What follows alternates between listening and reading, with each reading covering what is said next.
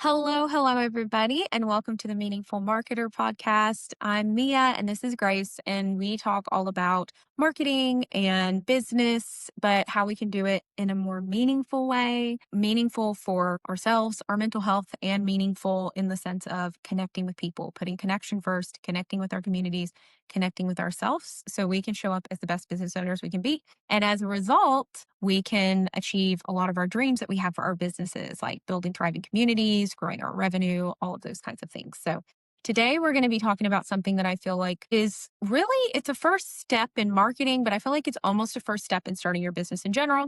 And that is how to start your social media. Like, what are the first things you should be doing when you start a social media for your business?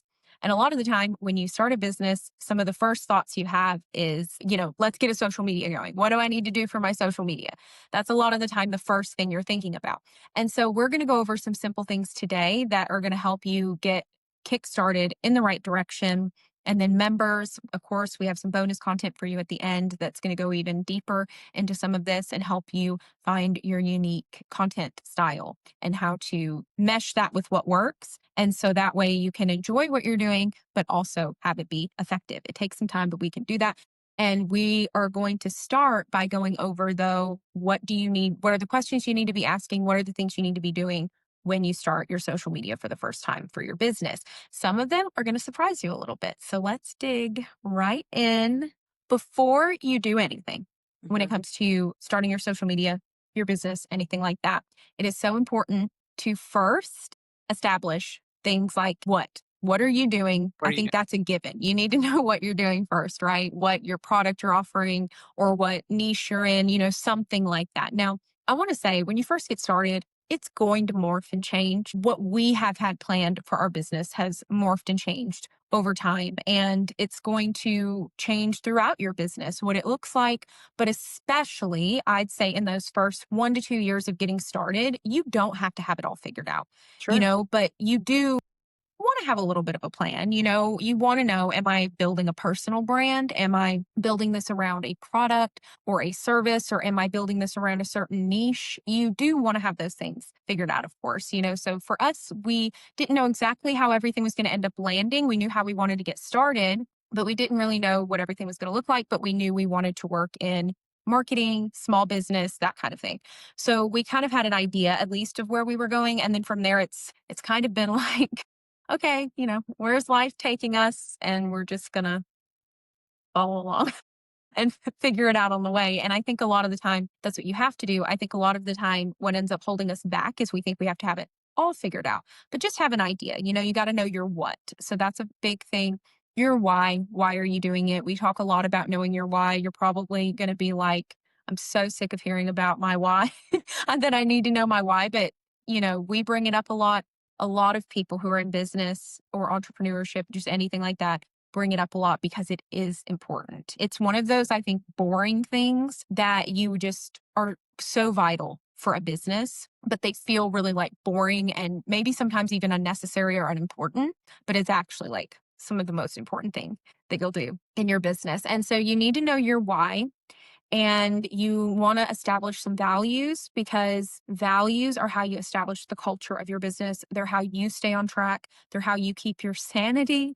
But if you are building a business based on connection, then you are going to want to make sure you have some values, because that is going to be how you create the culture. And that's going to be like the glue that holds your community together. And honestly, that's going to help people find you and like connect with you and, be magnetic to the right people and everything as well. And then you're going to want to know your unique point of view. Yes. This is what's going to actually make you stand out. This is kind of like a combination of your what, your why, your values, and then like kind of like a hot take. That's the easiest way, I think, to explain a unique point of view. Like, how do you think differently in the niche that you're in that maybe other people think? Or Yeah. what is something unique that you bring to that? So, for instance, for us, we're not necessarily about like get rich quick, grow your revenue quick. We're much more focused on connection led marketing, much more focused on how you can create real lasting connections online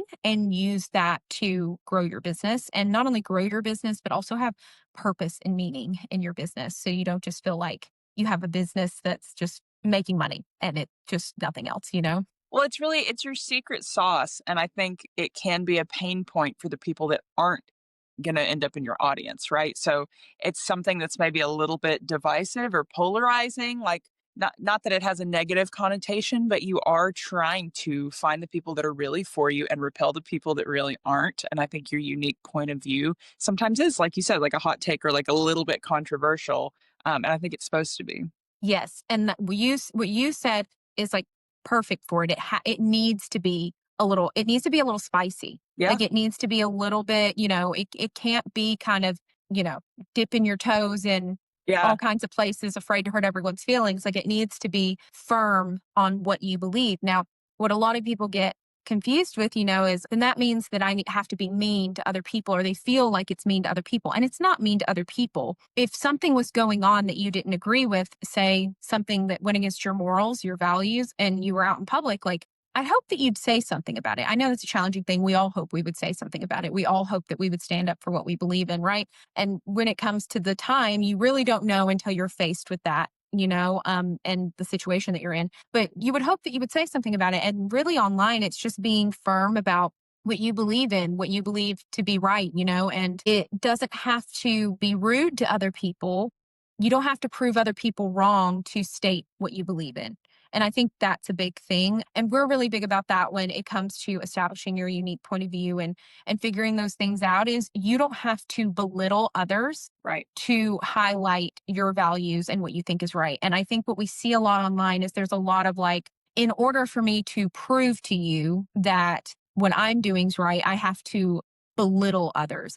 And I don't think there's a problem with calling out issues within your industry, and yes, people are going to participate in those. And so it might feel sometimes a little like, oh, is this being mean to people? But I don't think there's anything wrong with calling out practices in your industry that you don't agree with. I am not for calling out like specific names, people, businesses, accounts. I think that that's really hateful, and there are people out there who will literally go and grab like a business name or an account name and be like, well, here's all the things that they're doing wrong, or Right. here's how I would do this differently. And I don't know. I don't find that kind. A value of ours is being kind. So we're very much about you can establish your unique point of view. You can make it a little spicy, but you can do it in a kind way. I think a lot of the time people shy away from that. Honestly, I think this is one of the most detrimental things that people end up doing to their social media when they get started and as they grow is they're too scared to have a unique point of view, to stand up for what they believe in and be firm in that and, you know, loud and proud about that because they're afraid of being mean. And there is a way to do that and not be mean. So I think that's such a good point is it needs to be a little spicy, but don't get that confused with being mean because it doesn't need to be. It doesn't have to be. And we encourage you to not make one that is that way or not, act in that way because that's not our style. Now, can that be effective? Yeah, it can definitely be effective, but does it go against your values? Like, does that align with who you want to be? Is that what you want your page to reflect? So, anyways, before you get started at all, you should be sitting down and thinking about those things because when you think about those things, you are going to set yourself up for success in knowing what to post about. A lot of the time, what people end up happening, and we know we've been through it with clients, we've been through it as ourselves, and you'll get into, your social media. And if you don't know these things, you're not going to know what topics you want to post about. You're going to be really lost at what to post about.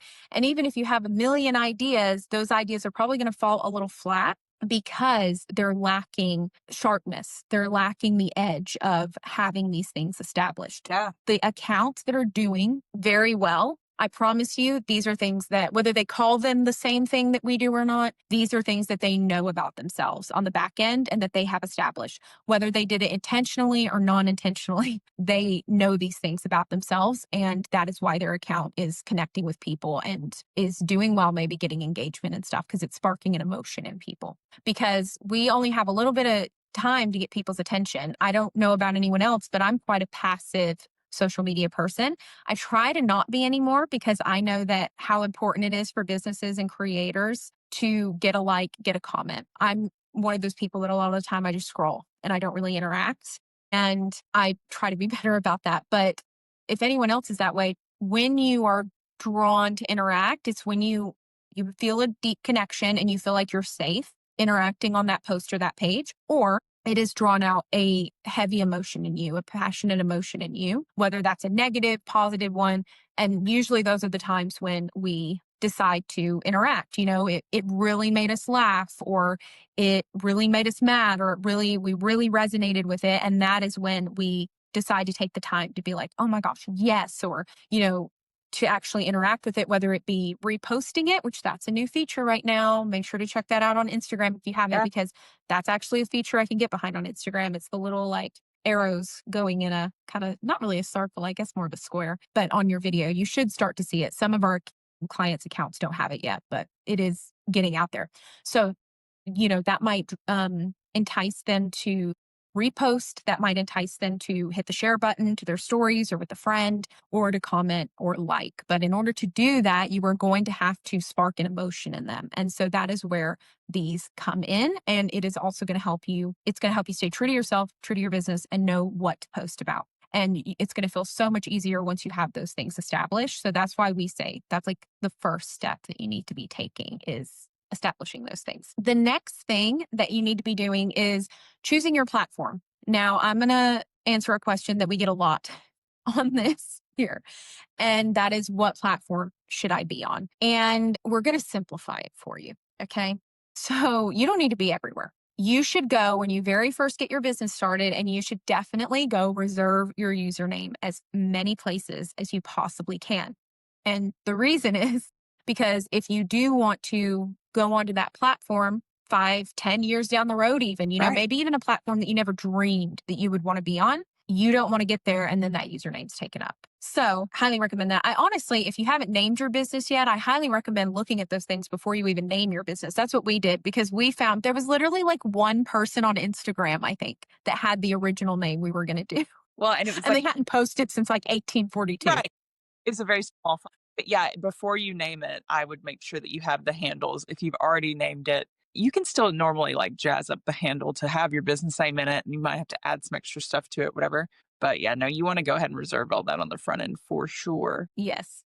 So go ahead and do that. But when it actually comes to what platform are you going to be on, you're going to choose what we call a hero platform. And so when you choose the hero platform, there's a couple ways you're going to do that. You're going to look at where your people are most likely to be. You're obviously not going to reach your people if you're posting somewhere that they're not. If your people are mainly on Instagram and you're posting on TikTok or vice versa, then yeah, you're probably going to have, maybe a little bit of a harder time building a community. So you're going to be looking where your people are most likely to be. And you're also going to be looking at what you enjoy. Now, you can't prioritize the platform you enjoy most over where your people are. And I don't think I need to go into why, but you do want to look at both of those if you're kind of torn on what to do. Maybe you're already established and you're looking to refresh things and you're wanting to simplify things, maybe cut down to one platform so you can really focus on that. And so, in that case, maybe you're looking at, which one am I getting the most traction on, or people engaging most on, and which one do I really enjoy doing? And the combination of those is going to be good. Then once you get your hero platform from to about 50,000 to 100,000 followers, you can then maybe look at adding more platforms.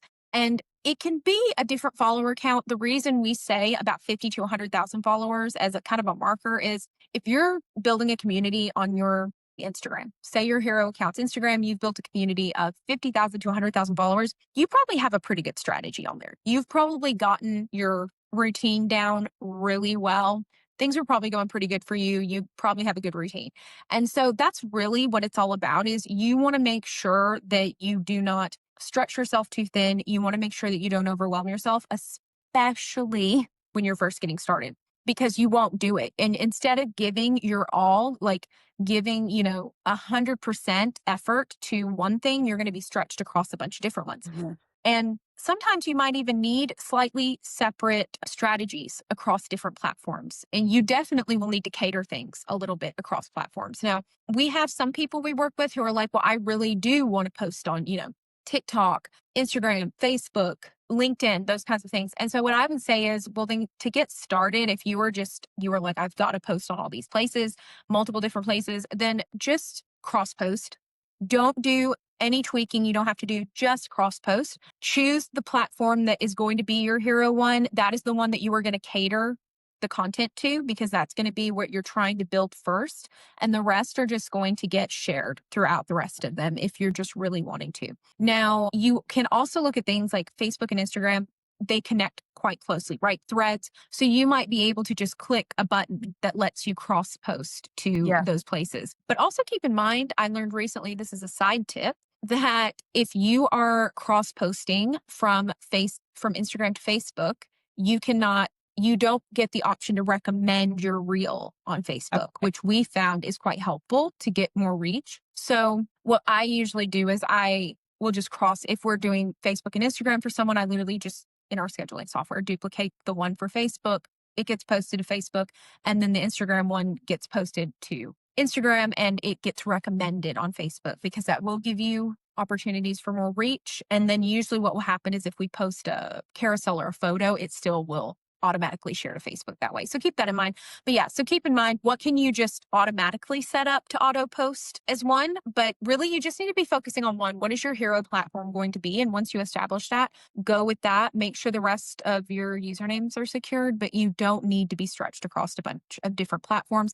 I actually recommend you do not stretch yourself across a bunch of different platforms. Like, highly recommend that. So that's a huge reason when we first got started, I was like, oh, we need to be on TikTok and, and Instagram, Facebook and LinkedIn and all these different places. And then it was like, well, let's just get one down first. We can't even consistently with the other work we have to do on our business. And I know a lot of business owners are the same. We can't even consistently post on one platform. So why don't we focus on one first? Don't spread yourself too thin in the beginning. Build it brick by brick. Get one hero platform rocking and rolling, and then you can always expand from there. You're just going to make your life so much easier. Yes, agreed. Once you have established those two things, you're going to want to do your market research. Now, I'm not going to go a bunch into market research here because we have whole other videos and things about that you can go watch with so much good information. And if you get our social media makeover class, we have a whole section that has scripts for you, that has checklists for you, everything you need to do market research, do it really simply.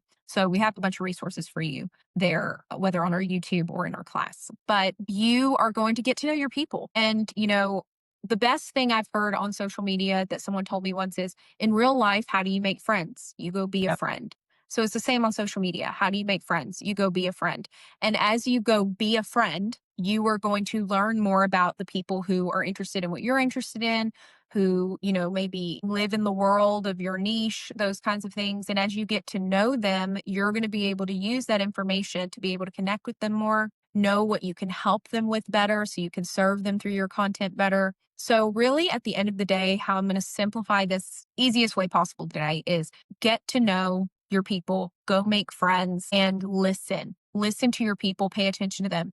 Not text. Hopefully your customers aren't texting you all the time. That might be unhealthy. But, your customer service emails, your comments, DMs, like, pay attention to what your people are talking about, what they're asking, what they're saying. And really, at the end of the day, that's the simplest thing. And I think that's why you don't need a marketing degree to be a good marketer. You just need to be a good listener. You need to be a good connector with people. And a lot of people accidentally stumble upon that because they just care about people and they like to connect with people and talk to people. And so they start listening because as people, we want to serve people. We want to help people, right? And so if you just kind of follow your natural instincts, what a lot of our natural instincts are anyways, you'll probably find that you learn a lot about people and connect with them. And that's going to help you more than you realize on your social media, but also just in your marketing in general.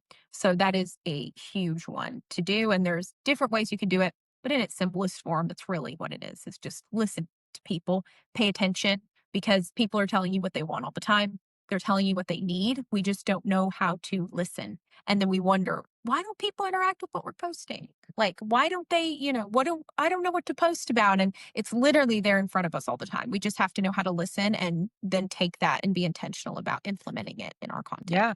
Well, and be vulnerable, show up as yourself and be vulnerable and be personable.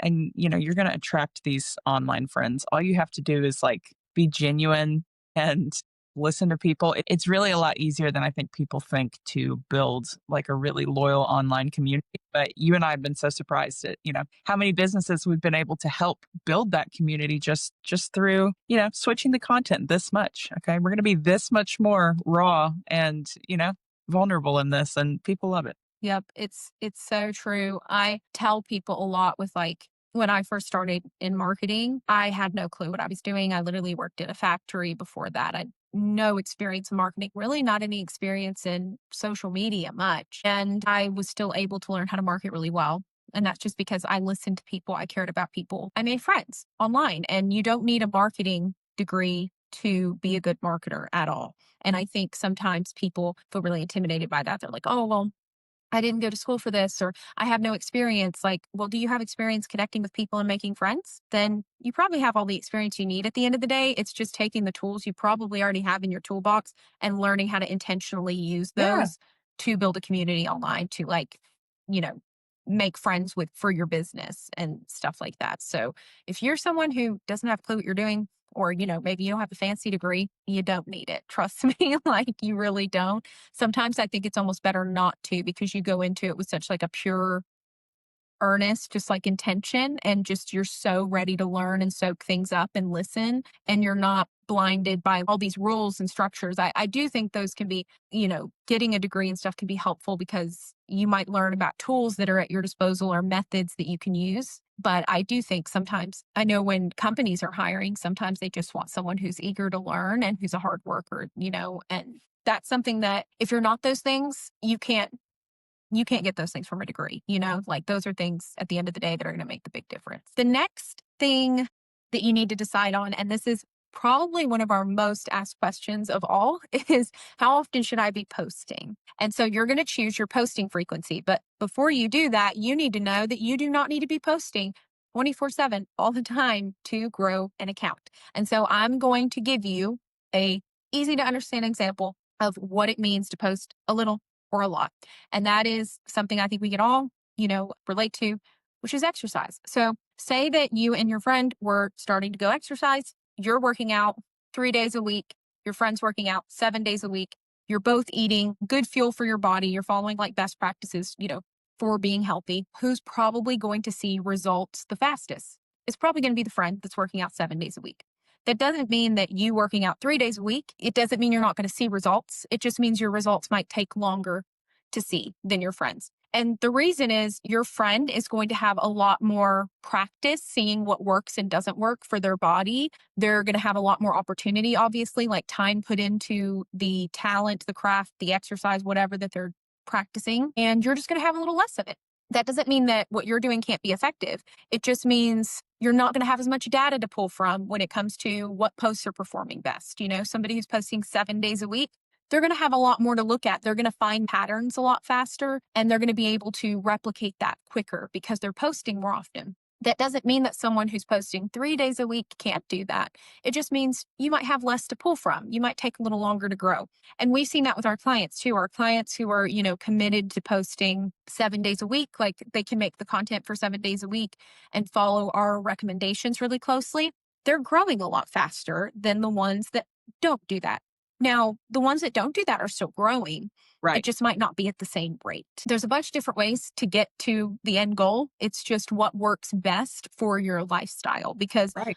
the best posting frequency is going to be one that you're actually going to do at the end of the Exactly. day. Yeah, the trajectory of both the people in that example, like, is in the right direction, and I think that's what's important to remember, like, you're making progress even if you don't see it as quickly, like, your job is not to compare yourself to the person who's posting 7 times a week, okay? Your job is to, remain consistent and set an attainable goal that you're actually going to reach. And then you can always boost from there. But if you set the goal at 7 days a week and then you only post twice, you're going to feel terrible about yourself. And you're probably going to stop posting for 3 weeks because Mia and I know what that feels like. Like, yeah, you got to be realistic. You really do, because otherwise you're just going to burn out and you're not going to post at all.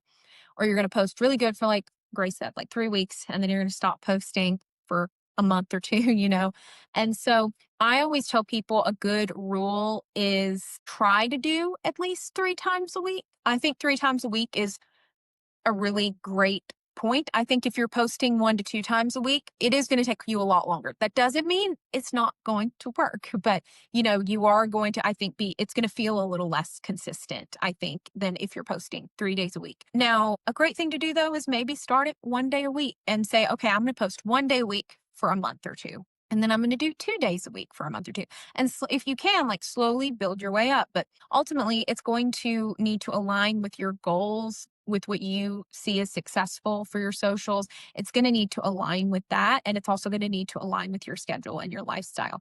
If you're someone who's a business and you have people helping you with your social media, then you're probably going to be able to post a lot more than somebody who's a one woman show and they're just getting started and they don't have all that time and energy to pour into them. So, for instance, when we work with clients, a lot of the time, yeah, those clients are able to get 7 posts up a week because they're working with us and we're able to help carry the load on that, right? Where before we were working with those clients, they might only be posting two 1 day a week, 2 days a week, and they wouldn't be able to sustain that without help. So it's going to depend on your personal situation. But ultimately, I would say if you can start at 3 days a week, great, try that out.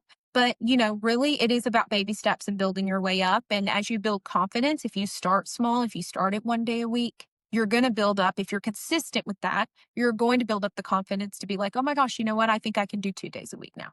Now I Mhm. think I can do 3 days a week. And then I find that, once you really get your feet under you and maybe you have help or you've got a good routine that you can handle really well, maybe you've got a huge content library built up from 6 months of you making content and stuff like that, and you have things you can repost and you can start to implement those in and stuff, then I would say, maybe make a goal over a year or two to get to where you're posting Monday through Friday. Right. That's what we do. And then we save, or we're trying to work our way up to. We don't do it fully yet. What we're working our way up to is Monday through Friday because that's our working days. And then if we have an extra thing we want to pop in on, a Saturday or a Sunday here and there, we will, but we are going to try and make those where we don't really have to babysit them. I do think it's important to make sure you have at least 1 day a week that you don't have to worry about any kind of social media posts, answering comments, any kind of business things, because that is just going to help you not burn out. So, you know, you hear about these people that post multiple times a day. I know there's some Instagram coaches and stuff out there that are like, well, I post 2 times a day and it's really easy. Here's how I do it. And I'm like, yeah, but you've been doing this for 6 years Right. and you have like a whole team. So that is very different from someone who doesn't have that, even if you do have hacks that can help with that. And so just keep in mind, a lot of the time, the people you're seeing post 2 times a day, every single day of the week, they probably have help. And so you can't really compare yourself to them, but you're going to decide on your posting frequency and you're going to decide on one that's realistic for you. You hopefully listening to this helps simplify that in your mind a bit and makes that a lot more just less overwhelming. Takes a lot of the overwhelm out of it for you where you're not stressing about, oh my gosh, well, there's this magic formula for the algorithm and I have to post 7 days a week or the algorithm's not going to like me. The algorithm does not care how often you post realistically. It does the content resonate. Like we have people who maybe they haven't posted in forever and they post a couple times and then they get a viral video. Like, yes, it does help to post consistently, to post frequently. I'm not going to say that doesn't, but you're not behind if you can't post all the time because you're also just going to wreck your mental health that way. But so those are some tips on that. And hopefully it helps take out the overwhelm for that because I know that's a big question for a lot of people. The next thing is you want to optimize your platform. So make sure that you are have a good solid profile based on that platform. If you're in our membership, we have things about this. We have things about this in our social media makeover class. I think, have videos about it. If we don't, we'll probably have a whole YouTube video about how to make a good Instagram strong profile, things like that. And so pay attention to that though. If you're starting a business, you probably don't need to have on there that you're a dog mom, like things like that. People are going to come and look at your page and you want them to be able to look at that and go, is this for me? Is this not for me in a Great couple point. seconds? Because if they can't determine that in a couple seconds, then they're probably going to leave anyways. They're just going to automatically default to this is not for me if Yeah. they are having to guess. So you want to make sure that it's very clear what you do, who you do it for, all those kinds of things. And that's really the biggest tip on that is I see so many people who have profiles that they're leading people outside of their profile. Like, they're tagging a big business. Oh, I don't know, this isn't one I've seen, but an example. I love shopping at Amazon or something. And they're tagging Amazon in their profile. And I'm like, no, no, no, we don't want to do anything that's going to, take people away from our profile because once they're gone, they're probably going to see something on there and never come back, you know? And so Right. you want to keep them there. You want to let them know who you are, what you're for, all of those kinds of things. And then that is really going to help when people get to your profile. If you are for them and you do connect with them, they're going to stick around because they can see that. We have our one of our mantras on ours, which is people before profit. And so many calls that we've gotten on, people have been like, as soon as I saw that, like I found you from a reel, as soon as I saw that, I knew I wanted to book a call with y'all. So that just shows you how important, how good it can be when you have a solid profile. Because if they find you through a reel or something else, that can really be the make or break on whether they end up sticking around or not. You know, even if they don't book a call or buy yet, just even them sticking around, following you, that kind of thing. You want that to connect with them. You want them to be like, this is for me. I'm in the right place. I've been hearing that people say that a lot with content profiles, you know, all of that is you want people when they see what you're putting out, I'm in the right place. Like this was made for me. Like I'm in the right place right now. And that's really like helps to cut through the noise and just really connect with people even better. So then lastly, you are going to choose your method. So this can look different for everybody. For us, for instance, we have something we follow called the connection cornerstones. That's what we teach about in our social media makeover class. And it is very based on community, how to connect with your community deeper, all of those types of things. You have so many social media people out there who have different methods, pillars, cornerstones, whatever you want to call them, playbooks, whatever it is. There's so many different social media people out there who do it differently.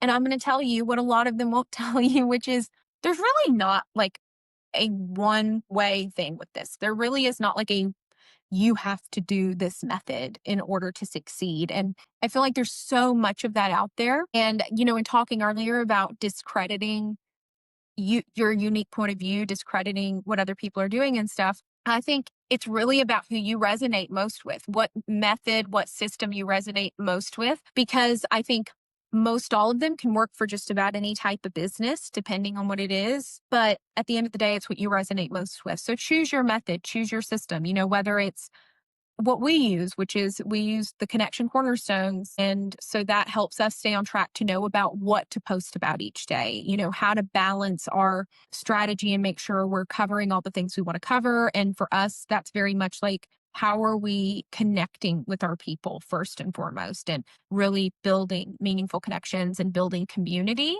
and the rest follows from that, you know, sales, growth on your account, all of those things. And so everyone's is going to look a little different. So find the one that resonates with you at the end of the day. And that's going to be the one you want to use. You know, if you want to learn more about a really connection driven method with the connection cornerstones that we do, then check out the social media makeover class. And, you know, that's going to walk you through all of those things.